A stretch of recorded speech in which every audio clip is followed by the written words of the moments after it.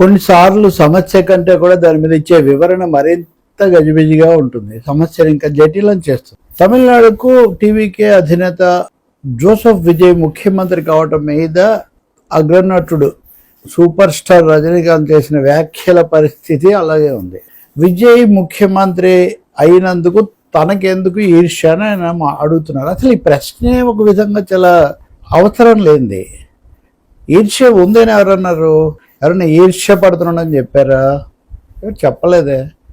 కాకపోతే ఆయన ప్రమాణ స్వీకారం సమయంలో ఆ రోజే అనుకుంటా విమానాశ్రయాన్ని చూస్తున్న రజనీకాంత్ను మీడియా ఏమంటారు విజయ్ ముఖ్యమంత్రి కావటం మీద అంటే ఆయన నమస్కారం చేసి వెళ్ళిపోయాడు. కనీసం నమ్మడమో ఇంకేమి చేయలే. ఎందుకంటే రజనీ ఒక్క చెయ్యి వేలు కదిలించడంతో 100 సంకేతాలు ఇవ్వగలరు, తమిళనాడు ఊగిపోతుంది కదా. మరి ఎందుకు ఏమీ అనలేదు అంటే ఖచ్చితంగా ఆయన స్పందించలేదు ఆ సమయంలో.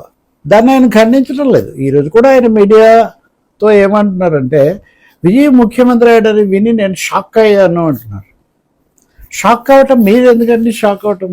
స్టాలిన్ షాక్ అవ్వచ్చు, లేకపోతే ఇంకో పళనిస్వామి షాక్ అవ్వచ్చు, లేదా మోదీ గారు కావచ్చు. మీరు ఎందుకు అయ్యారు?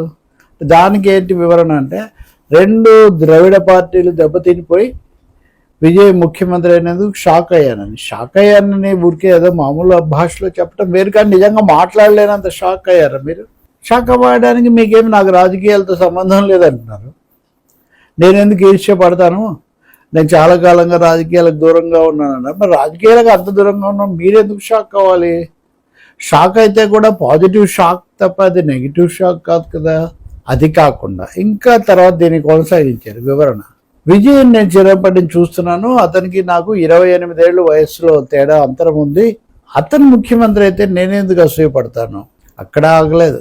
ఒకవేళ కమల్ హాసన్ అంటే తన సమకాలికుడు బాలచంద్ర దగ్గర తనతో పాటు నటుడుగా ఎదిగినవాడు. కమల్ హాసన్ ముఖ్యమంత్రి అయితే ఏమన్నా అసూయపడతానేమో అని కాస్త చిలిపి నవ్వు లాంటిది నవ్వారు. ఇక్కడ ప్రశ్న ఏమంటే సమకాలికుడైన కమల్ హాసనే ముఖ్యమంత్రి అయితే మీరు అసూయపడేటైతే మీకంటే చిన్నవాళ్ళు అయినప్పుడు ఇంకా పడతారు కదా. అసలు అసూయ ఎందుకు వస్తుంది రాజకీయాల్లో కానీ ఏ రంగంలో అయినా కానీ? పూర్ణ స్పర్ధలు విద్యలు అందే, వైరంలో వాణిజ్యం అందే అని విద్యలో పోటీ పడాలి, కానీ అసూయ ఎందుకు ఉంటుంది? ఎందుకు ఉండాలి? అసూయ ఉందా లేదా అది ఆయనకే వదిలేద్దాం. కానీ ఆయన చెప్పిన చివరి మాట దాంట్లో అన్నీ బయటపడుతున్నాయి. నేను 2021లో పార్టీ పెట్టుంటే ఖచ్చితంగా గెలిచి ఉండేవాడిని. ఇది నిజమా? అవునా కాదా? మరి ఎందుకు పెట్టలేదు? ఎందుకు అన్నిసార్లు అభిమాన సంఘాలు సమావేశాలు జరిపి ప్రకటనలు చేసి సంకేతాలు ఇచ్చి వెనక్కు తగ్గారు? బాధ్యత లేదా ప్రజా జీవితం పట్ల? ఆరోగ్యం బాగాలేదా? అది ముందే తెలుసు కదా మీకు ఆరోగ్యం బాగాలేదు, అధిక వయస్సు ఉందని. అయినా చేశారు కదా.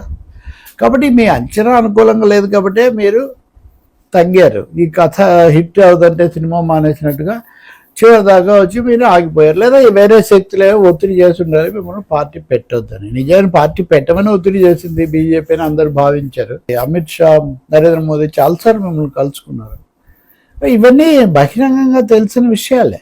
డిఎంకే అధ్యక్షుడు మాజీ ముఖ్యమంత్రి స్టాలిన్ను కలుసుకోవటం. స్టాలిన్ను కలుసుకున్నప్పుడు అన్నా డిఎంకేకు కాస్త సంధానం చేసి విజయ్ రాకుండా ఆపాలని ఒక ప్రయత్నం జరిగింది. అది బీజేపీ కనుసరణల్లో జరిగింది అనేది ఒక బలమైన కథనం ఉంది తమిళనాడులో. ఊరికే ఉండడం కాదు, దానికి ఆధారాలు కూడా ఉన్నాయి. ఎందుకంటే ఇటు కమ్యూనిస్టుల దగ్గర అలాంటి ప్రతిపాదన వచ్చిందని కొంతమంది చెప్తున్నారు. అటేమో కాంగ్రెస్ వాళ్ళు కేసీ వేణుగోపాల్ ప్రధాన కార్యదర్శి పార్టీకి ఆయన స్వయంగా చెప్పారు, మా దగ్గరికి వచ్చారు, మనం అన్నాడేంకేతో కలుద్దాము, ఇట్లాంటి ప్రతిపాదన చేశారు, మేము వద్దన్నాము అని. కాబట్టి ఖచ్చితంగా అటువంటి ప్రతిపాదన ఉన్న సమయంలో మీరు కలిశారు. కలిసినప్పుడు మీ దగ్గర కూడా ఆ ప్రస్తావన వచ్చి ఉండకపోవచ్చు. రెండవది ఆ భారం మీరు వేసుకొని ఉండొచ్చు. లేదు కానీ బీజేపీ డిఎంకే కూడా అటువంటివి చేశాయని మిగిలిన పార్టీలన్నీ చెప్తున్నాయి. ఆ సమయంలో మీరు కలుసుకున్నారు, మీతో కూడా ఆ మాట అన్నారు అనలేదు తెలియదు. కానీ నా స్నేహం వల్ల నేను కలిశాను, ఇవేమి మాట్లాడలేదు అంటే మాట్లాడకపోతే పోయిండొచ్చు. ఆ మాట అనడము, ఆ సమయంలో కలవడం మీద సందేహాలు రావడం మీద పెద్ద అదేమీ అపరాధం కాదు కదా. రాజకీయ చర్చ ఎప్పుడు ఆ సందర్భంలో ఏ అంశం బుర్రలో ప్రజల ముందు బలంగా ఉంటే అదే అన్ని చోట్ల అంత ముఖ్యమైన వ్యక్తుల దగ్గర అది వస్తుంది కదా. కాబట్టి ఈ విషయంలో కూడా రజనీకాంత్ చెప్తున్నది కొంచెం అసాధారణంగా ఉంది. కలిశాను. ఇంకొకటి 2 విషయాలు ఇక్కడ. ఇక్కడ ఎందుకు విచారించారంటే ఆయన ఓడిపోయినందుకంట వ్యక్తిగతంగా, అంటే డిఎంకే ప్రభుత్వం పోయినందుకు కాదు, తన నియోజకవర్గంలో స్టాలిన్ ఓడిపోయినందుకు విచారం వెలిబుచ్చుతున్నారట. మరి విజయ్కి నేను ముందే శుభాకాంక్షలు చెప్పాను అని చెప్తున్నారు. ఇక్కడ కూడా చిన్న మెలిక ఉంది. ఆయన విజయ్కి మాత్రమే గెలిచిన అభ్యర్థులందరికీ చెప్పారు. అప్పటికి ఇంకా ప్రభుత్వ స్థాపనకు ఆటంకాలు ఇవన్నీ లేవు. అందువల్ల నేను రజనీకాంత్ ఎందుకు మాట్లాడారు, ఏం మాట్లాడారు, వాటన్నిటి మీద చెప్పి ఆయనకు ఉద్దేశాలను ఆపాదించే అవసరం నాకు లేదు. కానీ ఆయన మాట్లాడిన తీరు, మాట్లాడిన విషయాలు, వాటి దిశ మట్టుకు తప్పకుండా అనుకూలమైనదిగా లేదు, జీర్ణం చేసుకున్నదిగా లేదు. మీరే చెప్తున్నారు కదా, షాక్కు గురయ్యాను. షాక్ గురవటం అంటే జీర్ణం కాకపోతేనే కదా మనం షాక్ అయ్యేది. అవన్నీ వదిలేయండి. ఇప్పుడు ఈరోజు మాట్లాడినప్పుడే నేను చాలా సంతోషంగా ఉన్నాను. విజయ్ బ్రహ్మాండంగా ఉన్నాడు, ఆయన చాలా చేస్తాడని నేను నమ్ముతున్నాను. మీరేం చెప్పట్లేదే. 2 ఏళ్ళు సమయం ఇవ్వాలన్నారు, అది మంచి మాటే. కానీ ఇంకోటి ఎన్టీఆర్ ఎంజీఆర్ సాధించలేదు, విజయ్ సాధించాడన్నారు, అది కూడా మంచిది. ఇవన్నీ అయినప్పుడు మీరు మనస్ఫూర్తిగా వెంటనే అభినందించి ఉండొచ్చు కదా.